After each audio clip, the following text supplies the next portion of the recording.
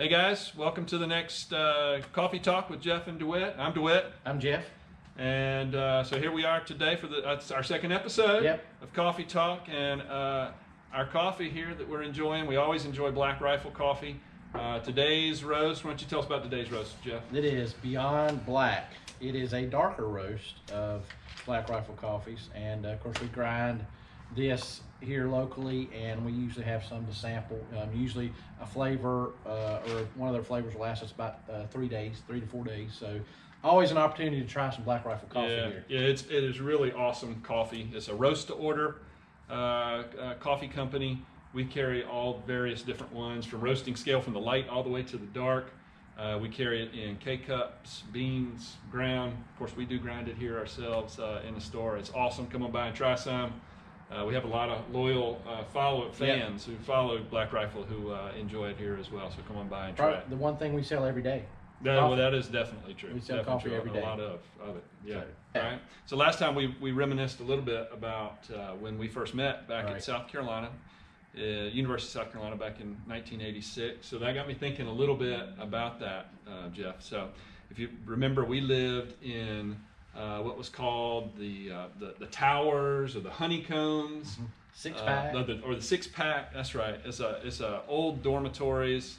We didn't really think of them as old at the time, but they're no longer there. We were in Moore Dorm, and actually we were pretty famous because we were the Moore Dorm basketball champions. We searched and searched for our T-shirt. We actually got a championship T-shirt. And I think we both still have it, but we just haven't found it yet. So maybe we'll save that one for a So we're future fourth episode. Fourth floor Moore.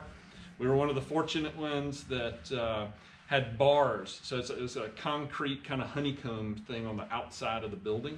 Every one of the rooms had a balcony, but you're basically behind this big concrete honeycomb thing. But we actually had bars that we could look out of. So we were one of the fortunate rooms. Who thought it'd be good to look through bars?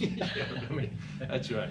So actually it got me thinking too, Jeff. I remembered when we first moved in, and our parents were there helping us move all our stuff into the room. You know, we're just brand new to college. And getting to know each other. We didn't know each other. We didn't know anybody else on the hall. But we're in there unloading our stuff. And 2 doors down, I remember, was Rob and Scott. We could actually go around the hall and probably name 80% of the people in the different rooms. But Rob and Scott were 2 doors down. And Scott, again, who we didn't know, comes bouncing into the room. And he's like, "Hey, anybody got a pencil? Who's got a pencil?" And my dad, who's in there with us, looks at him. And this is my dad. If you know my dad, you would see this. He looks at him and says, "You came to college and you don't have a pencil?" So I was a little mortified at the moment. And I'm like, "Dad, we have to live with these people, right?" So immediately I was looking for a pencil. I was like, "I got to have a pencil here, make sure." So that's definitely my dad. It all went fine after that, though. I think maybe he did find a pencil. Not from, I don't know. I think I was mortified. I didn't look for a pencil. But anyway, it was awesome because that was really our whole social outlet, if you think about it. Because we can name all those guys, it was just because that's kind of who we hung out with, and it was a great outlet there for college. One other interesting fact, in Moore Dorm, we were on the 4th floor. 5th floor, right above us, was the bass player for Hootie and the Blowfish. Dean Filbert, I believe is his name. We didn't really know him too well. We actually were quite annoyed with him at the time because they would practice in the room. And usually when we were trying to sleep. So we were banging on the ceiling, telling them, you're going nowhere. No, I don't think we said that. Maybe we did. Maybe we should have went up there with them. Yeah, we should have been up there hanging out or something. But anyway, it was a lot of fun back then. So we're going to transition now. One of the topics we're going to talk about today is kind of from a supplement standpoint, from activities, sports events, training, or just general fitness. Because one of the products we carry here at the store are a full lineup from Mtn Ops.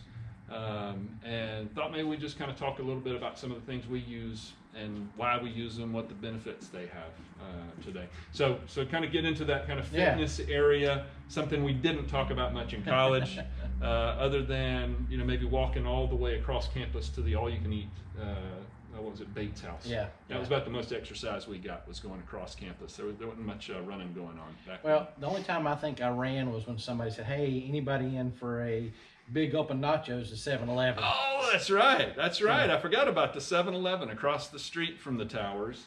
I don't think it's there. I know it's not a 7-Eleven, but I don't think it's there. But that place was awesome. We were frequent visitors to the 7-Eleven.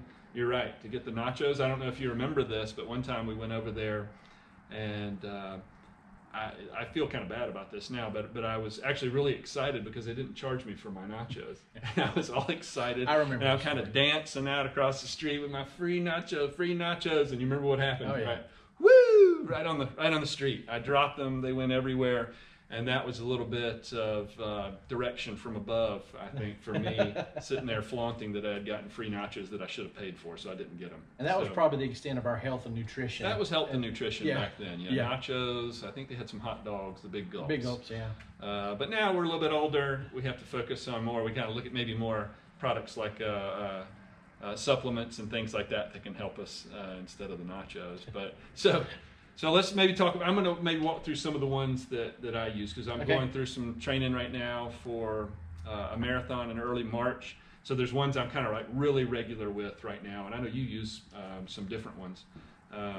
So let me start with in the morning. What do I take? So the Hot Ignite. So this is kind of has replaced my morning coffee, quite honestly. It does have caffeine in it, but it also is one of a couple of products they have. This a nitric oxide based product. And what that does is dilates the blood vessels, helps with circulation. It has some other cognitive function, nootropic, I think is the word they use, cognitive function. It actually delays fatigue. So again, if you're thinking about, for me, what I'm thinking about from that long training perspective, going out on a long run, that's certainly a great thing for me to have in the morning. Again, really to kind of replace that morning coffee for me.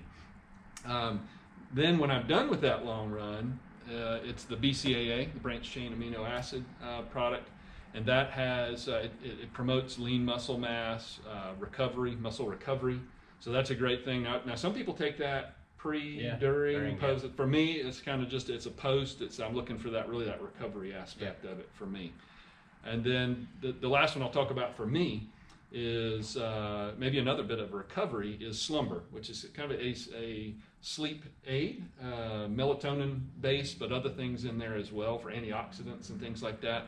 So you think about recovery, the antioxidants are great for recovery. Sleeping well is great for recovery. So where that helps me is, getting to sleep's never really been a problem for me, but I used to wake up a bunch during the night. Just several times during the night I'd wake up, and I find that doesn't happen when I'm taking the slumber product. So that works great for me. And then also the benefit is there's no kind of groggy feeling in the morning you might think of from a NyQuil or something like that. There's no grogginess feeling.